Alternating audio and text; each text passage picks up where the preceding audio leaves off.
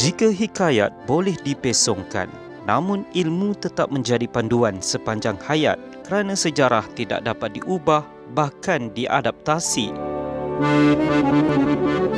Begitulah analoginya lawatan saya ke Galeri Warisan Kota Melaka yang menyingkap sejarah Melaka dari sebuah empire ke sebuah negeri. Bangunan dua tingkat yang dibina pada zaman penjajahan British sekitar tahun 1912 ini dahulunya merupakan sebuah bank yang terletak di atas kubu atau runtuhan Bastion Hendrik Frederick Kota Melaka pada kurun ke-16. Bertemakan Kota Melaka dalam perspektif sejarah dan arkeologi, galeri ini menempatkan 12 segmen pameran dan ratusan koleksi sejarah hasil kajian arkeologi dan ekskavasi.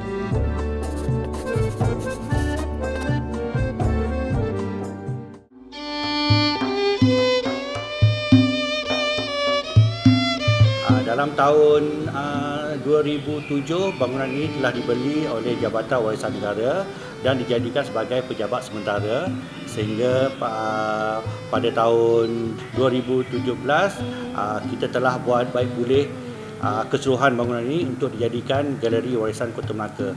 Ini yang kita lihat sekarang ini. Operasi galeri ini itu setiap hari dari jam 9 pagi hingga 5 petang.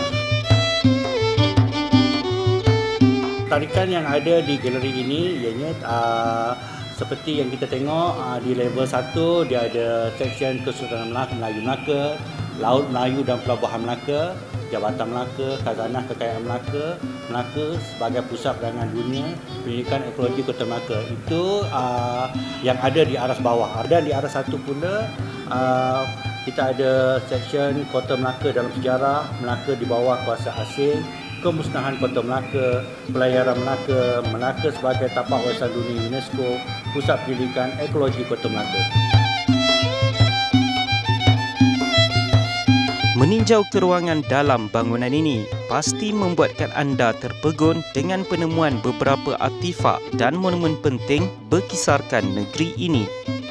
Seolah-olah berada pada singgah sana Kesultanan Melayu Melaka, pengunjung dapat melawat setiap perhentian yang menceritakan susur galur Melaka dari taklukan kuasa asing sehingga penubuhan Kota Melaka itu sendiri. Dalam banyak-banyak stesen dan diorama yang ada di dalam muzium ini, saya paling tertarik dengan diorama perdagangan Melaka. Kerana kalau kita amati sejarah, pada zaman Kesultanan Melayu Melaka, Melaka sememangnya terkenal sebagai pusat perdagangan antarabangsa pada abad ke-15. Kerana letaknya Melaka pada laluan perdagangan antara timur dan barat, maka pedagang-pedagang dari seluruh pusuk dunia, dari sub-benua India hingga ke China memang menjadikan Melaka sebagai lokasi tumpuan untuk perdagangan, contohnya kaum Jawa dan Sulawesi. Dan apabila perdagangan dijalankan secara sistem barter ketika itu, maka inilah barang-barang dagangan yang dibawa.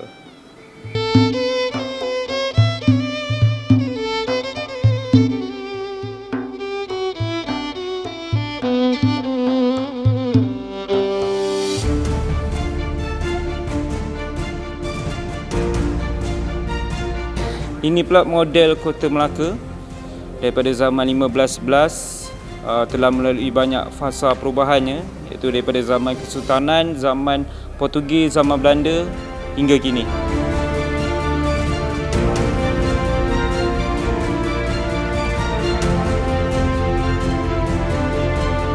Anda tahu tak, manusia pertama yang mengelilingi dunia adalah orang Melayu yang datangnya dari Melaka. Siapa lagi kalau bukan Hendrik di Melaka.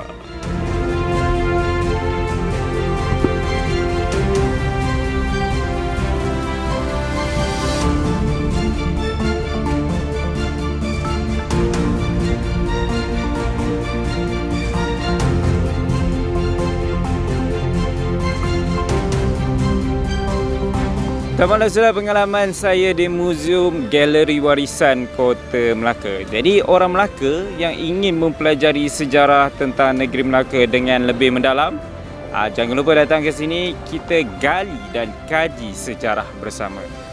Jangan mengaku orang Melaka tanpa ilmu di dada. Faris Zaikal Zakaria untuk Melaka hari ini.